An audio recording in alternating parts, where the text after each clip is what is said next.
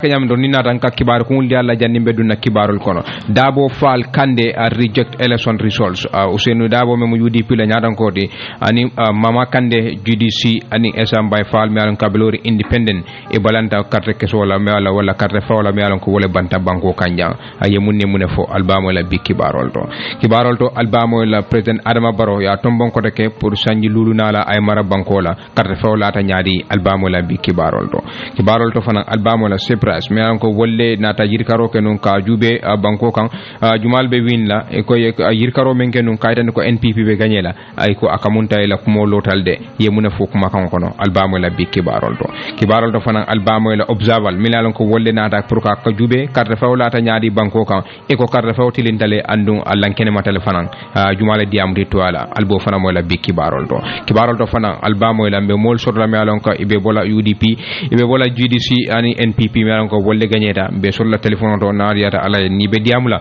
ilo dula be nyaadi ani mune be mune fokan sainte president Barola gagnoto albo fana mo la bi kibarol do nying ani kibar jama jamal bolle mo la sainte kata fotalan tang anim fula lamin soñang Ibrahima Jara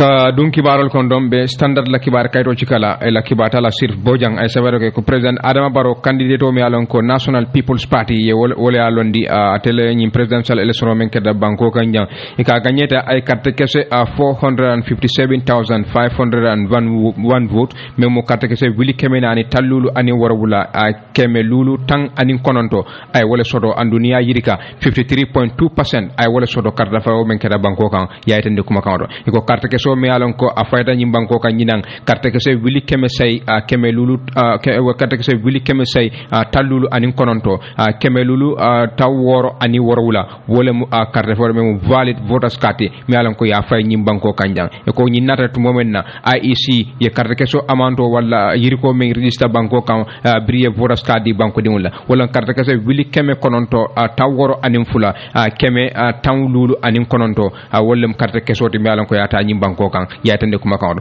president Adama Barrow me alon ka tele gagneta e ko ay mo me alon ko wole fang baate noma Ousainou Dabo aya dan carte kese wili keme fula tang anin kononto carte kese keme fula tang woro ani woro ay Ousainou Dabo dan wala me United Democratic Party la bar nyaton ko ti me alon ko yatele londi me alon ko ate men so revan wolon carte kese wili keme fula tan saba anin say carte kese keme fula tallulu anin saba ate wala soto andu ni ayir ko jube 27.7% votes ate wala soro banko kan yatande kuma kawdo sibla sabanjang Mama Kande mi alan ko Gambia Democratic Congress ate carte kese wili keme ani lulu tan kono keme kononto ani carte kese fula Mama Kande wala soro andunia yiri ko jube 12% ate wala soro carte membe yiri kata wala yembe fay yatande kuma kawdo ko ni ajube 2016 presidential election men keda nyim banko kan Kande ate men soro fa wala carte kese tan wili carte kese 89,000 memo carte kese tan wili tan say ani kononto te keme warwula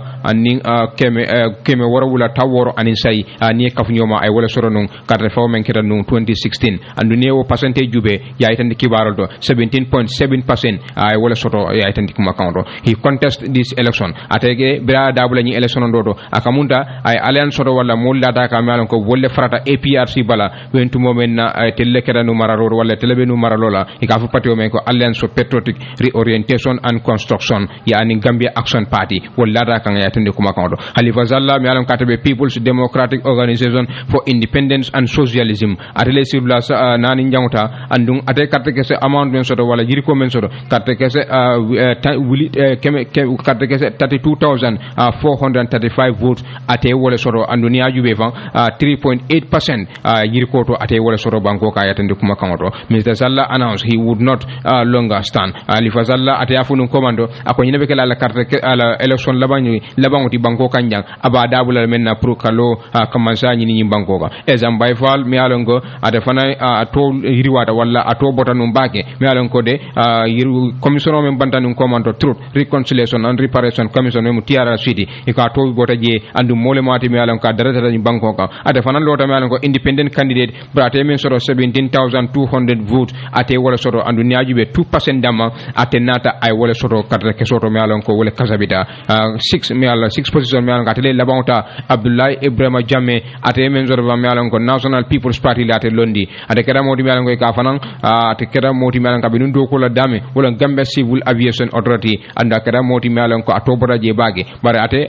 niabe yiri ko jube kata keso ate men soto Willy Say wala 8252 kata keso Willy Say keme fula talulu anim fula ate wala soto e ko andu 1% ate woda mala soto yatande kuma kon final resource bring to moment na yekol be kasabi yekol be la nyokan inataji ko NPP mi alon ko president Adama Barrow ya tele londi wala NPP ya tele londi atele ganyeta andu PDOIS la FAL anu UDP GDC and NUP ila dulal to fam mi alon ko wala mu ila tundul ya kamunta ye danga belale atande kuma konto final at least two of the parties ko nyin candidate fulul mi alon ko wala bije andu bol kono UDP and GDC ani independent candidate idil kara modi mi alon ko ila balamba itandi carte kesola mi alon ko wala resource mi alon ko wala fintata banko kan follow ya tandi kima kondo Barrow sweep the three constituencies in the capital ko president Adama Barrow capital auto mi alon ko wala be banjun akamunda tundu carte fay tundu sabo men bebije ay wol be gagnele andu jefan mi alon ko di home of Fall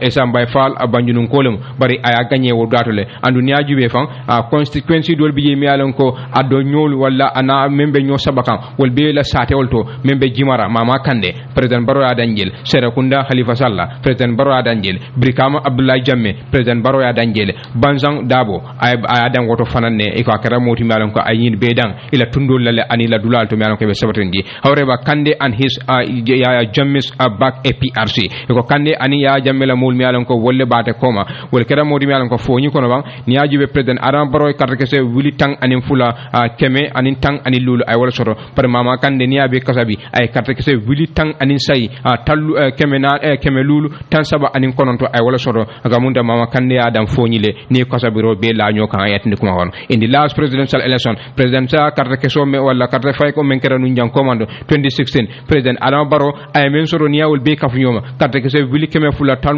mo ni woro wula carte kese keme woro wula anin carte kese say ay wala soro andu ni kasabi 43.3% andu nyinang ay men soro akamunta wewo damba kele yatande kuma kon ya Jammeh mi alon kani wala nyo sabanu commando wo 39.9% le soro carte keso fayo me wala carte fayo men keda 2016 nyimbanko kanjang di presiding 2021 e ko de election dol mi alon ko wala tambila 2011 and 2006 ya Jammeh kera modi mi alon ko ay Ousseynou Dabo dang jamala mi alon ko 71.5% and 67.3% wala kera fendi mi alon ko carte wol men ya hiriga wala ye la nyokan election men tambita ay wala soro ya tandi kibarol do hanbe katu kibar kilingo nyinto drum kame ya fale nyame president Adama Barrow mi yalan ko National People's Party la candidate matelati a carte kese wuli keme nani tallulu ani warawla keme lulu tang ani konondo ay wala sodo mi yalan ko ni ya irika keme o keme sidla tallulu ani saba muang ani sidla tallulu ani saba muang ani saba ay wala sodo Ousseynou Dabo mi yalan ko wala UDP la presidential candidate ata mo molati mi yalan ko carte kese wuli keme fula wuli tan saba ani sey keme fula tallulu ani saba ni ya yirika keme o keme sidla muang ani warawla tawar sidla muang ani warawla tombu muang ani warawla tambu tawarawla ni fula ay wala soro e sambay fal mi yalan ko atamu independent presidential candidate carte kese wuli tang ani warawla keme fula ani woro ni ya hayma keme o keme kamunda sidla fula wala nduma keme o keme sidla fula ay wala soro yayitandi Abdoulaye Ibrahima Jammeh bi carte kese wuli sey keme fula tallulu ani fula ni ya yirika kemo kono Musa Suti andi kilina yayitandi o nyama mama Kande ay ka carte kese wuli keme ani lulu keme sey tan koronto anin fula ke niya hayma keme keme sidla tan anin fula tombu tan saba anin fula sidla tan anin fula tombu tan saba anin fula Halifa Sallah kay carte kese keme wuli tan saba anin fula keme nani tan saba anin lulu ay wala soro niya hayma keme kono sidla saba tombu tawarawla anin warawla ngadiamu arjuma longo mi yalon ko ngasoro no programme orta mi yalon ko wala veteran journalist former minister of information communication infrastructure Mr. Demba Ali Jawo ni ngasoro ngadu ni programme kono hello Iba Live King FM radio 94.7 abarka wake bad very good abaraka ngesoro programme orto nyamen ko teke are to nyame abarka good akamunda carte fayo kera fendi mi yalon ko akera non banko nyinkan dama yalon ko IEC ye president Adama Barrow ya tele kankula ka tele ganyeta banko nyinkan in a landslide victory ganye mi yalon ko awarata bake nyinkera no nyaadile Mr. Jawo yalo Ibrahima te actually te amantere mbake da ko president Barrow gagné okay. I'm sure mo jama falantere because nyaaji be ne campaign o jibe abe tanu nyane aboko president Barrow la campaign strategy definitely I try la moli I try back element ala strategy I try back me mo terrain kay wala mo defense oti ay ñu dan menna momo ma yilla wala dal because kefe ngamira no ngamira no abe win bikela bari mamira ana we tambila 50% fanga sotola de ngamira no be kala minority president leti asi win bike because ya jamela constitution wala mo amin fourth pass the post momo ni even carte que se dan il moñola don itala de bikela bari ma yilla ko abe 53% sotola ay men sotola definitely wala bari ala gagnero ko mo jama karenda you suggested ya fale ko kamunta NPP strategy ni o moy fi romi yalla ko ye wala la ni pour que campagne kala atamata bake president elect Adama Barrow what were some of the notable strategies mum fere sifa nyaade li wala tamandi pour ka je ko ye kwa pour sol sweep to this extent ni ala campaign team o jibe ya comparing opposition la campaign team aboko dan tefe atela molle ya la doko ke nyama ka tammi wodol la boko wodol wolbe yakari do no dalle ka jan bindu soy le je winda waranto jamun na dula dalle be jata detala president Barrow pati kutole na manang no election ni mala first time so italian nanke yela moy dulal beto ka study bebe nyaabi trende nyame molbe mun mira ka ini wolle bari jana wo itol abako opposition mo jama bi itol ka mira to because don le jam fitum o carte fay tambila so son tolle ka mo jeti bari amanta ma wo nyama dal ngawala ni tenga mera ni la campaign strategy definitely wolle tamata ka tambi modol ka tambi opposition. All right, away from that kamunta covering ajani IEC be final result dani ba kankula la opposition party fula ani independent killing wal kara molti mi yalan ko yela balamba ya itandi a result so la mi yalan ko wala findita. What's your take on that? Mune mu la lord la de ko to wo mi la right ila nyantole muti ka oke ni ya title ya fille ko cartel tamata nyane amanta ma nyama yela right to pour kata challenge dal bari ante fe janni tol bina sila ka ko na kafu nyola ngani challenge ito nyanta kafu la nyola janni election be sila wala be effective la katambi ka sain aboko ite sare tole ta yake tondi so nyato instead of kate so koma ito nyanta kafu la no wato janni election be sila yalo ne constitution be nyati ito tafuta no woto le la sembo be sila ka ilo killing na bari sai apele problème on ata si tol be nata kafu la te camera nyanta kala wato le la akamunda going by statistics mi yalon ko wala findita with regards to the election on carte fo nyin na karola itande ko president Adama Barrow akamunda kemo sidla talulu anin saba ay wala soto waka me gitande whereas even the whole entire opposition parties party mi yalon ko wala be opposition la karola ni be kafura nyoma atale be danna to nyale wala itandi so do you think it won't have make any impact fabe na fa sot lanu where hanatra nun ko kafura nyoma ante namira adena fa kuba mi ata to kafuta nyola yala fero be kafundi nyola maybe probably isitam minu no be la men na bari abako itata kilin na wala na I mean nin nata nin ganye bake bari ni to be kafuta no keta kilin de ngamira ni yala fero be kafundi nyola ila strategy anila experience all definitely election result to be tekela tenga wala mi dal you wrote a piece yes afero ke commando mo sa for minute tan saba commando dame yalan ko yaitandi ko president Barrow ala ganye nyin ametere going by mid the people store bi yalan ko ya falin yake politiko di anin ku jamal bije mi yalan ko ye wala ke ya fil ko akamunda wasim fanya ye menda wayatine la message nyin a filter wala dunta mol kono bake hawo fanam bijele yalon yalon mid the people to anin go official atondi sama pilato mo be masa nala ka wo de pa adu ni wo de pa ye wo tribolta idara campaign la bu ko te men kala wo man wo din do manta dal bari ko I mean president baro nala ti mo ka wala kenon I mean dolbe ya jele akami people talk da wo ebe kinunka political politik tamole kije adu dolbe wo jele wo ka kenu so kita wala nyama dal ito ako itol le advantage no so katambi opposition la ba because itol la masa kundala depato itol ka wala yi masa campaign so wala bi dal. All right, thank you so much, Honorable. Habaraka bake. Okay, thank you. Baraka bake, Honorable Demba Ali Jao, Miyalanko, veteran journalist, former Minister of Information, Communication, Infrastructure. Kamunta Hanbi, Ngatu National People's Party, Ngadiamu Deputy Youth Advisory President, Miyalanko, Waleka President Oyamari, Analno Malanko, Mr. Sehum Balo, Ninga Soro Ngadundi Program Ukono, Damiyalanko, Mr. Mbalo, Aboda Tundo Menka, Wolen Jimarati, and Numfang Atelebe National People's Party, ila campaign team Atelebe Litka, Wala Atelebe Nuinyato, in the Upper River region. Dame Yalanko President Adama Barrow, Sinya follow ani Mama Kande, Yeben Karte Fed Lato, Jimara Tundo, Ayagani Atebulu, Bianimbe Mr. Mbalo Sotla Linoto, Ngadia Honorable Alhaji Soye, Miyalanko, National Assembly member, Deputy Ole Mati Miyalanko, Abe Jimara constituency, Barifanang Almu Multi Miyalanko, Gambia Democratic Congress, Kamunda Abe Waleto, Kamunda, Mantara Katel Sotla Linoto, follow Ngadiamo, Observer Lemeni Yalanko, Wale Karte Fayo Korosinum, Banko Ninkang, Dame Yalanko Akamunda,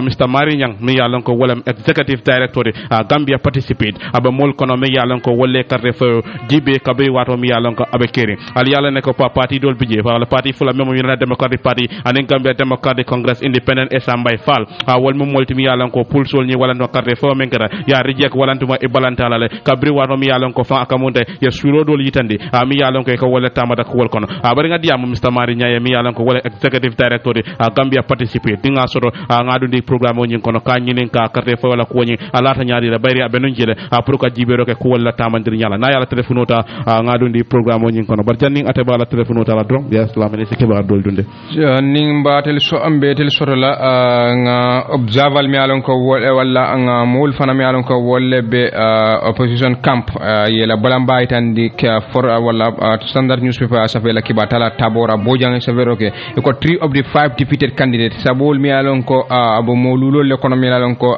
yetel boyle wollem UDP la nyaton ko honorable Ola Ousainou Dabo honorable Mama Kande an independent candidate Esam Bay Fall ikafuta nyoma ko kuma kan fintindi damen alon ko yela balamba itandi resource wala mi alon ko wolle findita bango kanjang yetende kuma kan do president Adama Barrow mi alon ko telebe National People's Party atele winta ganyoto mi alon ko akeda sibiri lung carte fa men kada nyim bango kan la political godfather mi alon ko politico kono akava ko fa mem Ousainou Daboti ate o dang andum wole be ate noma bari akamunta membe tema ajam fata nyola baki atande kibaro do however even before a winner was declared janni ba kankulala wala janni IEC ba kankulala jumala fam ganyeta Mr. Fall and Kande enim Dabo mitta ala suko kono malan ko wala bala fajara dinkirato ji damen talan ko kafura nyoma ya kuma kan findindi mem press terminoti kayitande ko de ay tel milalan ko tel be diamu kan banko dimul to ala tan walla la patiol to ala waytande ko tel balanda ni resource solale malan ko IEC wala dante ten yatande kuma kan considering that Gambia has an electorate of approximately 900,000 e ko ni ajube carte faylal malan ko register pour ka carte va nyim banko kan ni ajube atara fomin siata mo wili keme konondoti mel register nyim banko kan kontiro ka ke wate clean ne dula clean nyindo ika men ko counting on the spot aka ke wolto andum e ko tel ni ajube e ye sulo soto baake ko la mialon ko delayance tarde o men keta announcement o la mialon ko wala mi results ti IEC kadal der tarde o menke janni be kankularo kala Dabo ay tandi to our agents ako signa follow fana fula nyaw fana ako la agent ol mialon ko wolle betel toyala dulalto ako ye number of issues ako munta ye sula kujama le itandi mialon ko wolle kala police station to ani IEC fa la headquarters mialon ko ay ka kuma kon fintindi wolto ako la agent ole sula jama fo e itel lañi patio le atande kuma kon as a result ko kamala ate mialon ko aber sirina la patio toyala ani candidate dol mialon ko ani wolle lata nyoka mialon ko wolle independent candidate anin GDC kaitandi ko de IEC malan ko Independent Electoral Commission di ila candidate wala ila agentol men be nyin dulando i balanda pour ka endose ka son kuma kan wala malan ko be findi kan IEC memo result nyindi ikola agentol manson wo kamala ban idel fanan ibina be sataro kala molier andi baytan la ko de del fanan i manson follow bi manson sama Dabo aytandi Mr. Dabo said such issues will be proof akode itel lañu kuma kan kam même foten akamunta ni série jarol binal malan ko baytan par santem follow ban ila kuma kan aytandi ko be kisiro la ani la partner malan ko tellebe ko nyun kono iba ko be kiskiskanne andum e se ko kun tanole wala se simfa tanole aytande kuma kan at this point in time we reject the results ako janni wotema itel balantale bi iman sonni result la bi iman so ala sama IEC me allowance ya aytande kuma kan we reserve the right to embark on any action akode itel nyanto sodole ka simfata ko luwali yalla ndi nyame banko kan ya aytande di kubar bundala to this end all actions are on the table ako janni wotema de ime bankuto de ko kundi salani no tabulo kan walla isakta simfa nyin tanole ni me alon ko ani luwata da nyola wo kamala iba banku dun kumandi la janni wotema ko se kairo sabade ndi banko kan andu ise sabade yela moytel la me alon ko telle be nyaato iba ko kiskis kanne andu ni kuma be finlanan ne kibaro la tandi at the time of reading this statement e ko birinda bo be nyin kuma kan wala ani parti to mal memo GDCD ani independent candidate e ko wato ala korra kono be farne teb ani bundala be damin talon ko molbe wuri kan IG ay fo aseji rom fa aseji e ko molbo fo kanno wodo kamala e ko nada police de me kan ka fo right gears yaje wolbe murmuru na dulal to taren kibata la itande hanbe katenten kibaro la ko December karo tilinani nyimbanko nyinkan gambenol kera multimi yalan ko itada carte fayola pour ka mo tombam mi yalan ko wolbe marla banko wala ko wala nyin sanjilul nala ako wonyama kabri waketa amu fende mi yalan ko fang inara mo tombam mi yalan ko wolbe marla banko wala ko wala nyin sanjilul nala ya itande ako nin ko membe dendi wonyama di national chairman national executive committee men yalan ko wollem alpha kafoti men be nyim party do party dingol men yalan ko wollebe national unity party iko e kera multimi yalan ko ta sonno me wakilo walanduma ke fayitandi ka fo itel mum multimi yalan ko e be kontondiro kala ko ba kontonna ala gagner la mi yalan ko ay wala sodo même president Adama Barrow ko mole mati mi yalan ko atele gagner de carte fo do jang banku dingole banko karavatella nyin sanji nul nala yayitandi iko wonyama we wesim e very kala multimi yalan ko ba folay ko be duwala fo manta be on satara office o nyin kono bari banko be karafori ngatela ka tambani silala mi yalan ko wala trinda yayitandi iko wonyama fa ba fola moñol fona ye nimmelo da carte fo be kontonna ka fo ko mum multimi yalan ko ni lotale pour ka banko nyini bar wo be nyama fantel mum multimi yalan ko la faka sila kote na yitandi banko dingol la bar wo sila kote ko nyi wala silo nyi amanna ke fendi mi yalan ko afutata wo nyama national unity party e ko mum multimi yalan ko iba fola de akamunda amanke kudi mi yalan ko a jawyata pour ka carte fo ka nyini wala ka president ya nyini banko nyinga anin ka boy e ko mu fener mi yalan ko manke tanati de and wo nyama fang amu fener mi yalan ko a nyinga men komen sured wala ka me yitandi wala akamunde mum multimi yalan ko ku jamal bije ye me yalan ko yewal yitandi ayda tamandiro kono ya yitandi national unity party wala be diamu kan e ko amu fener mi yalan ko it has been very clear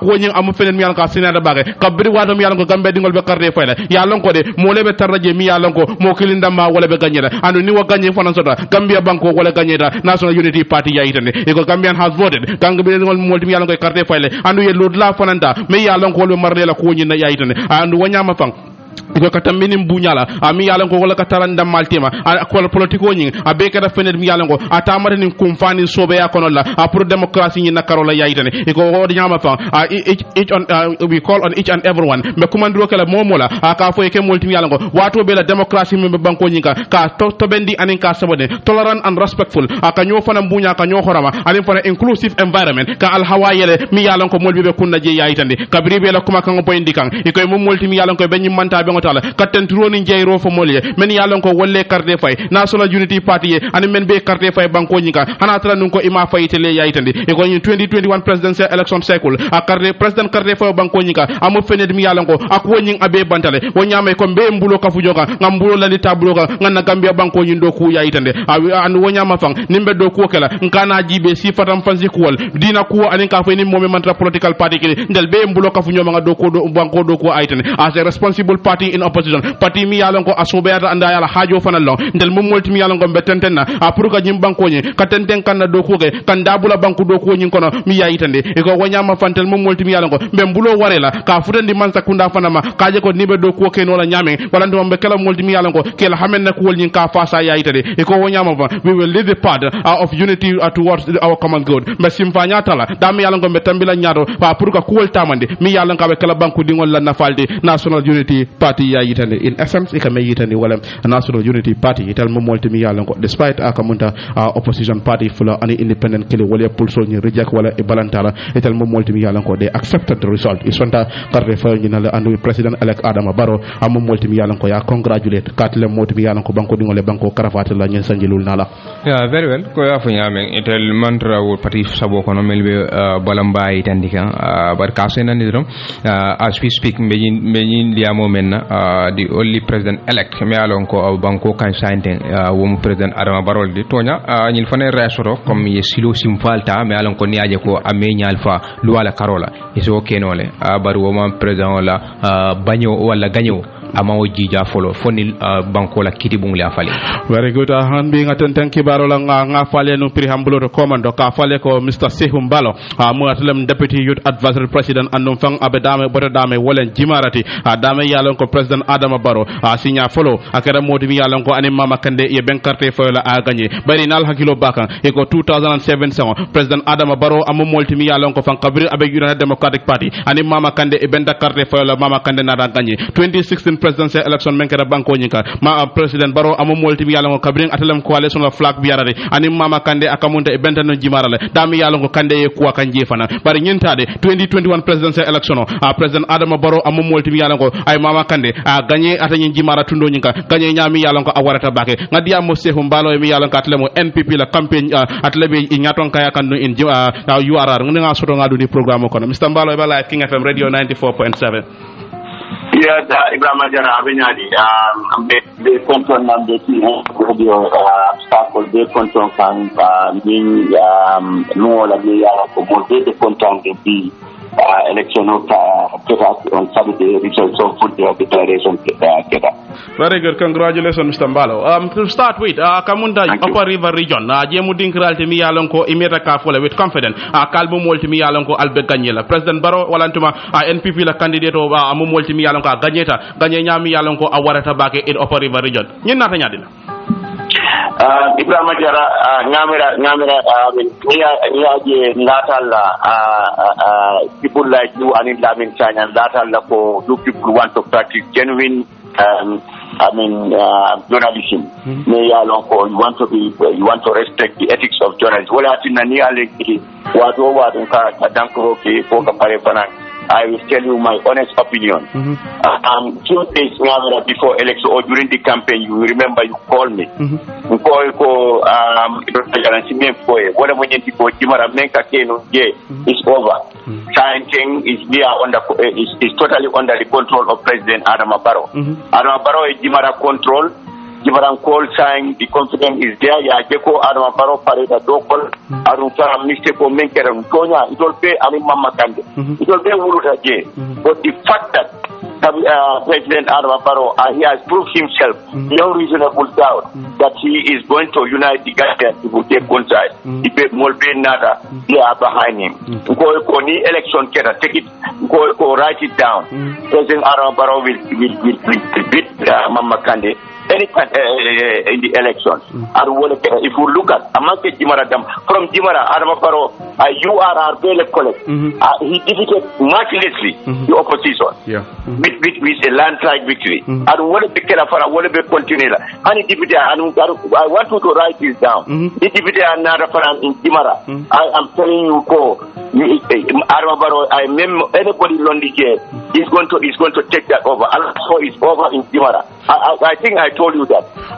Kamunda Mr. Mbalo, with regards to Ilajiko Nyimi Alanko, whatever nun caring, ko President Adama Barrow multi mi Alanko, Abeganyela nun karte fonina. Where are you expecting such a landslide victory? Nyinganye Nyasifa, Fobenu Wojiki Kane, Dame Yalanko Fanga, President Adama Barrow, Anime Yalanko, Ebanoma, Membina Kanya na karte kese wuli keme fula obetema. Fobenu expect Kaneno. Well, I was after going round, after making a survey, going throughout the region, having started throughout the region,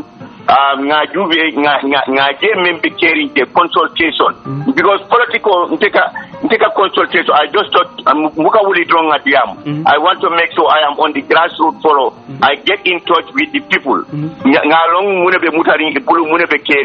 Because you don't know them, you are not reaching out. You don't know what what they are up to. All the time it focus Mr. Jara Akafele. But if you really know Toto member carry and member Duma at the grassroots, you will be able to tell the people, listen, you never caring and baila because how long sate nangam ni lebe mutari ibulu ibe tenko ni tonya that all because outside but I remember caring sate to bungol kono afata tal that's my style of politics. Ngalonko I knew Adama Barrow is going to defeat the opposition mercilessly in Timara and also in the UR. Mr. Mbalo, in all indication, you play your card very well. Aliala campaign strategy, ale film parliamenta, tamatale anno, ale ganyo soto. But alla closest rival all men boko UDP, GDC, e balanta imanson yinna. For ale in kalamuda nara la kalamuda for ale inyal solale. Well, Lamin China, thank you very much. But the problem is, I think they are late. Illegally to come up with such an allegation. We are not under control of the IIC. IIC was very neutral. Supporters, we are even banging on us. They were planning on us. One of the caring, resolve thing. These people are independent. We will not interfere. We cannot interfere. Independent IEC, whether you people are happy, whether we are happy with them, we are not happy. We want to give them the benefit of the doubt. If you want to referee, you have anything play. If it is fair, when the Gambian people didn't vote for us, we will thank them. We will thank the Gambian people and thank IEC. Mr. Mbalo, Akamunda Mojamal Bije, the suspicion came. Walantuma Mojamal Bije in another Sobosoro when the president and his people, President Onala Mol, a video do bondi miyalanko, it went viral. That was Kamunda Mosavo Talantang and Infula Sudo Kara Talansabaka Wale video bondi and what other viral. Dami Yalanko from Mosa indicated what I itandiko, Italaganyeta Fokapari. Was that a Omufender Miyalanko? Was it a coincidence? Or it was something that the president and his people knew. And they were celebrating at the time why IEC from Makankula. Let me tell you, any election Gambia every political party tells you that that political party is fooling you. Okay. This election every polling station, agents were sitting there. We don't control them. UDP agents GDC agents Jammelam agents Fal agents they were sitting down at that location, at that every location. The world agents IEC presiding officer cannot tell them anything. They do this or presiding officer cannot enter in the polling booth without the agents. From the beginning, from the voting place they will open drum ball bay open. It will pay all the candidates, 6 candidates. Drum ball inspect. They are empty. They are still in Yala. Voting starter. For voting enter. They were sitting there. After the ending of the voting, they are still in Yala. Counting they at sport. No, we must transport. Near transporting. Then told the supporters near Symphony, we will believe Korean Sunyala. But if sport, it's still seating. Confirm Momo in Besoro. Understand their record. So, what we got all the seats. Sabina State will all receive all the constituencies. We added the numbers. And UDP must have done that. Other parties, if they are intelligent, politically matured, you don't announcement. You know it because you have your agent. You put the number again, Mr. Mbalo, new model Nilinka Moyanko, Wolbeck, different party, Walla Mulmulanko, Wolle Cartafailaldi. The Makapang Moldol Sono, Walla President Barose Gayanole, Bari Atelebesi Siranga. But imagine Akamunda Ayala of Donol Danmena, Dolko Itel Jahal Bage. For Adele expect, Lenara expect Munen Sab. Lamin Sajang, I am telling you, more surprise. Surprise.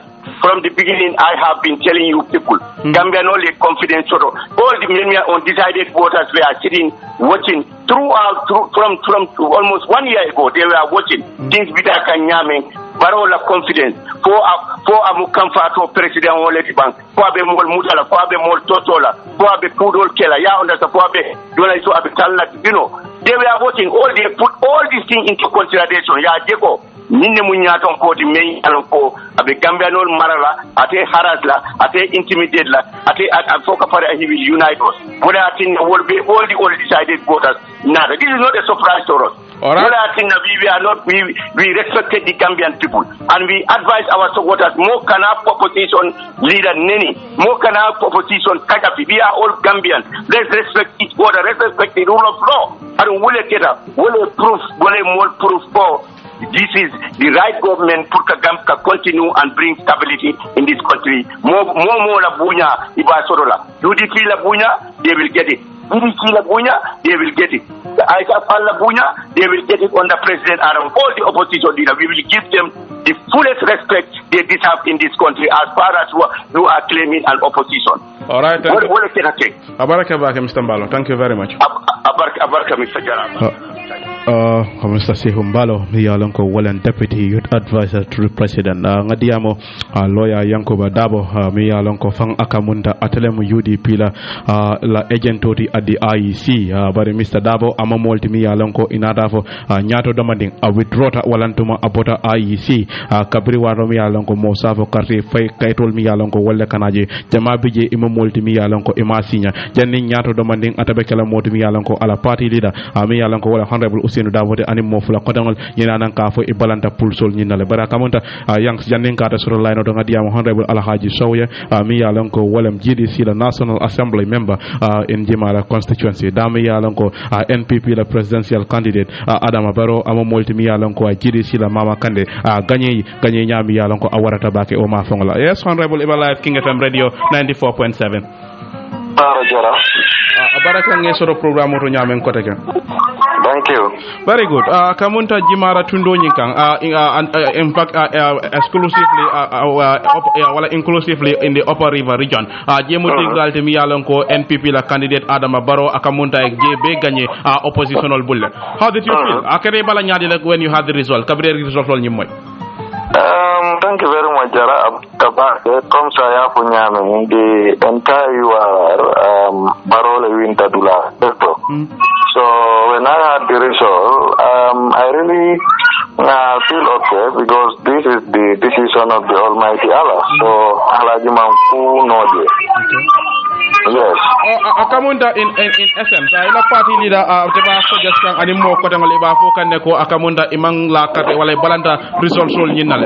In URR, did you suspect any foul play? Ay ko fe ku keda atanyin lañi do mi yalon ko amanya mi yalon ko wala sababu la president Barrow la jinganya la ji. To be honest, during the election, Tebije Bantemang fen suspect in the region for Kule Ketaje Muyalonko normal. The man fen suspect and I don't get any report within the region that Kule Ketaje Muyalonko is not normal during the election. So your position, ila la momenti or your view, momenti walem Akamunta are the people of URR, including your own constituency. Mol member URR Anita Fongola Tundo Nyinkan, they massively voted for the president. Yakarte for President Barrow Nyala Miyalonko Awarata Very well. They massively voted for President Adam Barrow, and that was their decision. So I don't think whether I can do anything with that. Honorable, so then your hope must have been dashed down. Jiko yemen soro Akamunta abetinya kanne kabri wato mi yalan ko yafo ko 2021 President Adam 2022 be President Adam Barrow kala kansulo de Julangel was Akamunta won jiko tinya dal is it? Atinya de. Okay, jani mol ke bila line on a very serious note. Muna keta adella campaign strategy la ferol mi yalon ko aliya wala ndi URR. Muna keta la fo NPP e kual kan nyala nyami yalon ko awarata bake. Jara, to fight with the incumbent is always difficult because they have the power, they have the money, they have everything. So it's always difficult. Opposition for in Mansai Kele. Okay.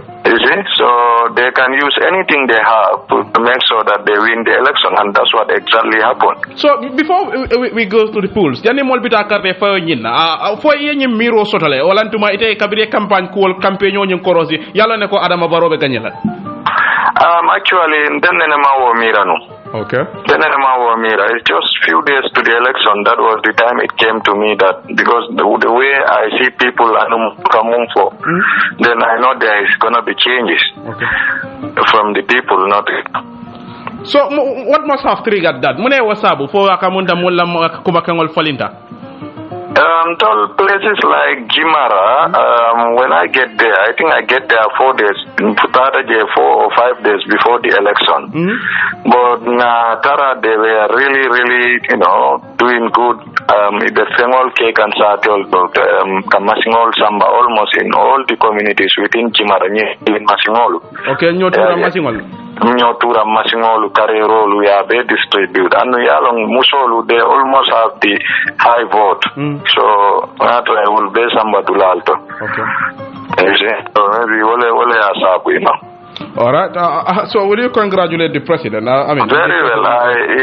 Even if you check my Facebook wall, I congratulate and I will still congratulate him. This is a clear victory. So he in the election. What? Yes, I am speaking as a member of the National Assembly representing Jimara. Okay. Yes. What is next for you in that constituency? Memi yalonko walen Jimara tundo kandi. Dami yalonko kamunta si humbalo few minutes back abarakafo. Sign deputy karre for your wallet to anumbe Jimara fanang ganyela. What is next? Next is left to the people of Jimara. If they elect me, yes. If not, then accept as the will of the people. All right, thank you very much, Honorable Alhaji. Thank you. Honorable Alhaji So, National Assembly member for Jimara constituency. Me yalonko initially he planned I fear also nunka President Barrow nung ala consulate in Julangel what but akamunda jiko nying adas down ta walantu atinyata ko jiko tinyata le a few indication na feje me yalonko is always difficult pour incumbent del fon ko fujane time and again ko you never underrate incumbent president. President member siring e buka jutu ala ferol la bari all mean sotole pour ka mol faling ya mole yani election o yet ñu turon samba mol la sate wolto ye carrerol samba je indigenous people me alan ko be bataring ñu tool ke batandi jibiol ke batandi so all of sudden rek you pump in yeta fon sifal dila pour que la mind change abe comme da yanks dabo lawyer yankuba dabo coming nga fale nu komando nyamen atala ben UDP to yala IEC bari nyato demande comme Mr. Dabo a withdrawta walantuma abota atanyen lanyito ninga yang sort drum ngado di programme kono yes yang si live King FM radio 94.7 baraka nge sort programme to nyamen ko teke baraka bake jara very good yang programme good kamunda imo multi mi yalan ko ibenu IEC le dami yalan ko result sol kete tara atanyen lanyito nga kala muta ko wati follow ibijele bari nyato demande withdrawta walantuma ibota atanyen IEC atanyen lanyito muneketa fo ibota IEC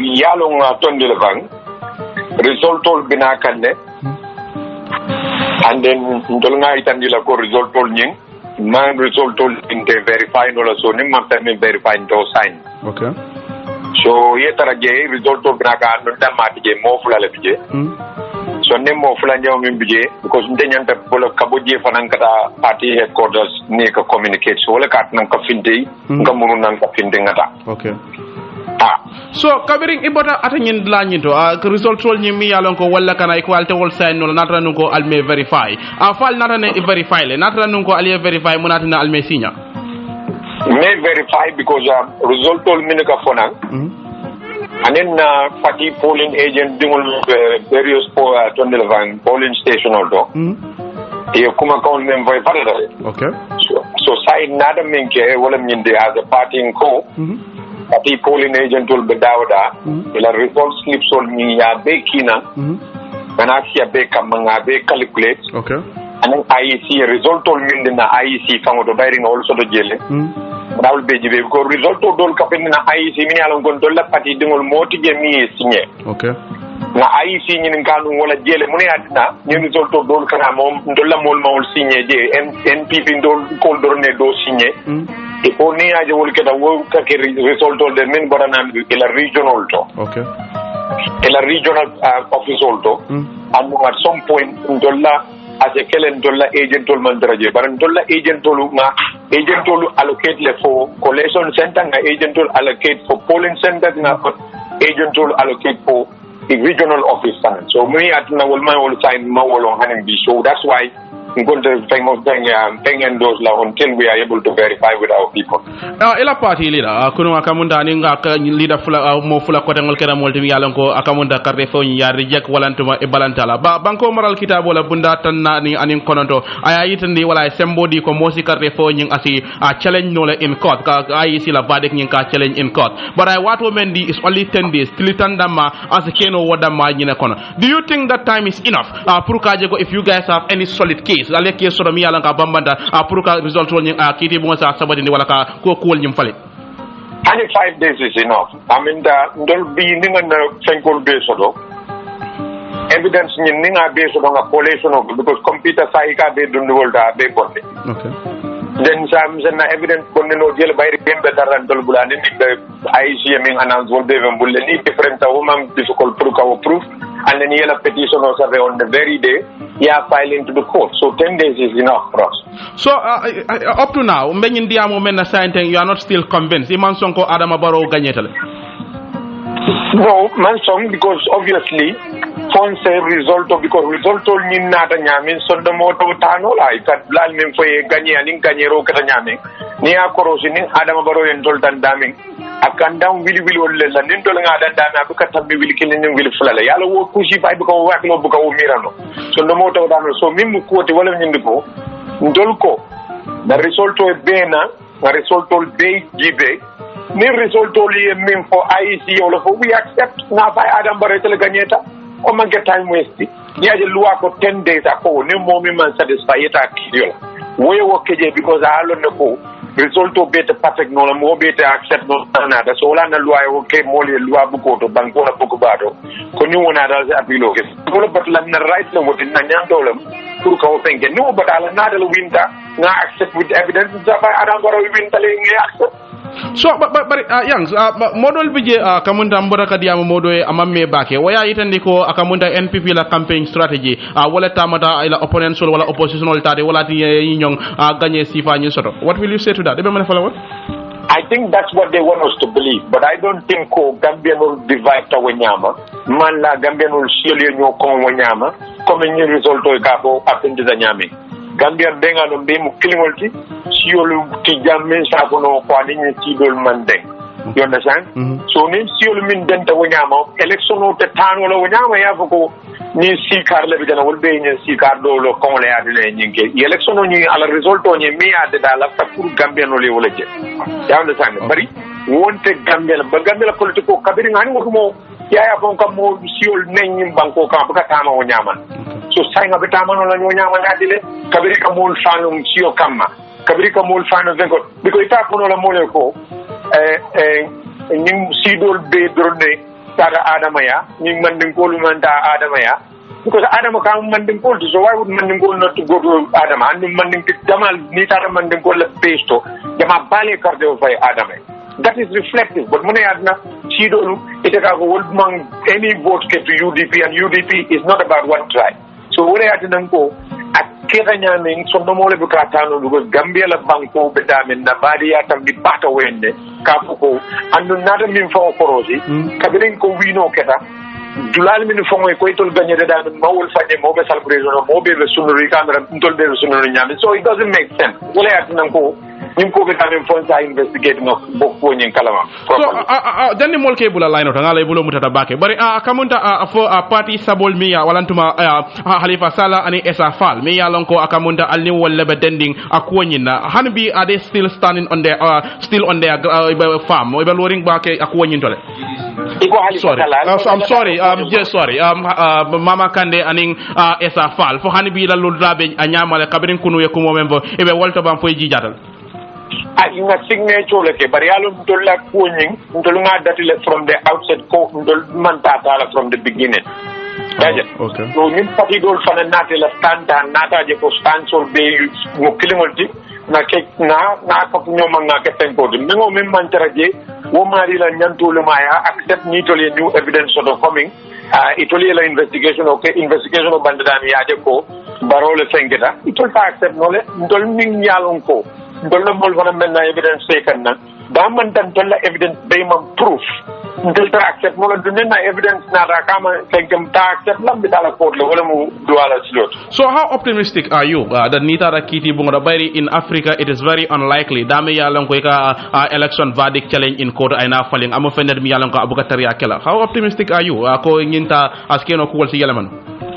Well, we are very optimistic because ngalon ne na court solo jojolu wol keda janna min yalla limo tamandi it straight so comme ni ngata je fana ni man som ko fana mu jojol la decision de bari wota tinna ndol man ko nyen samba je gambenol be a long because ni kat ko samba kito la ku flale kam c'est-à-dire qui est cinq limo ni nan kiti bo do bari also e ka samba le pour banko molia long ni tamata okay tamza ko nenta da court evidence nim findida yalo gambenol be ben na evidence jalale be ba lon na tilimol nim tilimali amen tamata fama ben everybody will be their own job. But before the election janen carte fo be kela Allah party wala UDP ya yitandi le ko the IEC is credible and imum multimi yalon ko etilintale ando mosila la noilale what had changed mune falinta. We believe IEC is credible until we have evidence IEC is not credible. Oh. You understand? Yes. So we are being polling agent to IEC. We believe is credible. Okay. And we have two people who are credible here. But our polling agent will go. Result only announced. Result then IEC, even though we believe they are credible, we know that they are not perfect. Okay. They can make mistakes on their process. So no mistake we need to be able to identify one mistake I correct it's the right one or it's in Bangkok because democracy in Bangkok. Mo kana sembo ta mo kana dugul dabar ke ka molu sunya e kana ke president woman better ayande kala pule de mi alon ko anin tinimo dada ndol bolo fo abaraka baka yanks thank you so much for your time appreciate it abaraka lawyer yanko badabo mi alon ko wala be diamu ka wonyama kamunta lafaka nyinin ka no menna wala mama kande instead of honorable Khalifa Sallah jani Mr Kundunyol bina waro nan kuntula please that was a slip of the tongue. Yeah, very well. Kamunta wato membije dango doata bake dango doata we should have got my man on the line Sekou Maron Sekou Maron soro la soma ala constituency la repunda sawi baro winta jele bake ako he wrote ako ay saferoke ako ngafal yele meta ka fal yele ko latri ko nang kol bëgg ndax jikla tay ndi maje man jikla tay ndi am de bo yakarte o fay president Adama Barrow le wer comme mol be ka fo nyamen top at the end of the day Gambia la winta andum fang Gambia la mulle karrew nyum fay anu ka menge wala president Adama Barrow majority of the Gambians la mandate Gambian din jamal la kan wala fentimi yalon ko wala dita la bayde ni karre fay nyi jibe e ko president Barrow karre niya hayma kemo ke mesidla tan saba anin asidla talulu anin saba tombu mo anin saba ay wala soro niyo bondi batara ko mentuda kemo nyin kono sidla tan nani ani wala le tombu tombu muang tombu tawarawla ani warawla wala fenti mi yalon ko akamunda wala tuta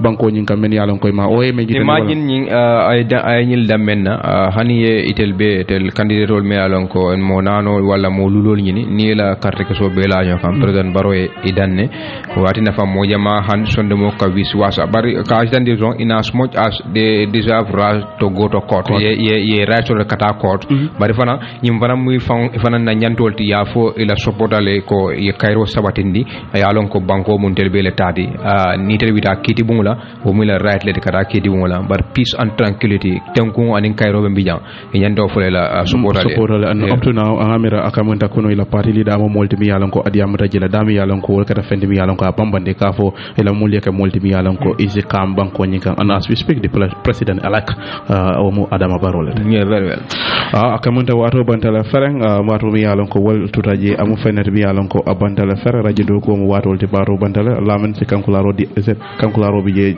nimbe fintla studio nyen kon ya nimbe fintila don ngani kankularo di alla mi yalon ko wala be mbulia Musa Camara mi yalon ko ako adoma le filta ka me ko Muhammad Camara ay bota korra kono birin sibiti lungula somanda amamuru nan hanisai andu kamunda be sanji tan an wala sanji monni kondo ma fa wala ay wala soto ko biri Musa bota suwo kono hansa amamuru nan nema abe wolto ni atra yi nyinje me yalon ko wala Muhammad Camara ti e se kada ko be ke nambal ko mane 3701258 wala 7101742 7101742 Muhammad Camara atele kera moti mialan ka abota suwo kono birin sibiti lung somandala amamuru nan suwo kono hanisai andu kamunta ke batal do mandin sanyi mo anin kononto ay wala soto Muhammad nimiaje dawda don ese kada kolbe ke nombal commanding amel falete hanisai kankularol to kera moti mialan ka botal lamenne ate fanan kera moti mialan ka botanam barajal le sando to kana bare amankende abake akamunta sanyi lulu dinnewulam ate kera moti mialan ka fanan be fielding hanisai maje e ko biring arjumola around 11 memu talantang anin kilima fon somandari aboda suwo kono hanisai amamuru nang nimme yade fanan je sen number commande 3365657 33657 wala 3365657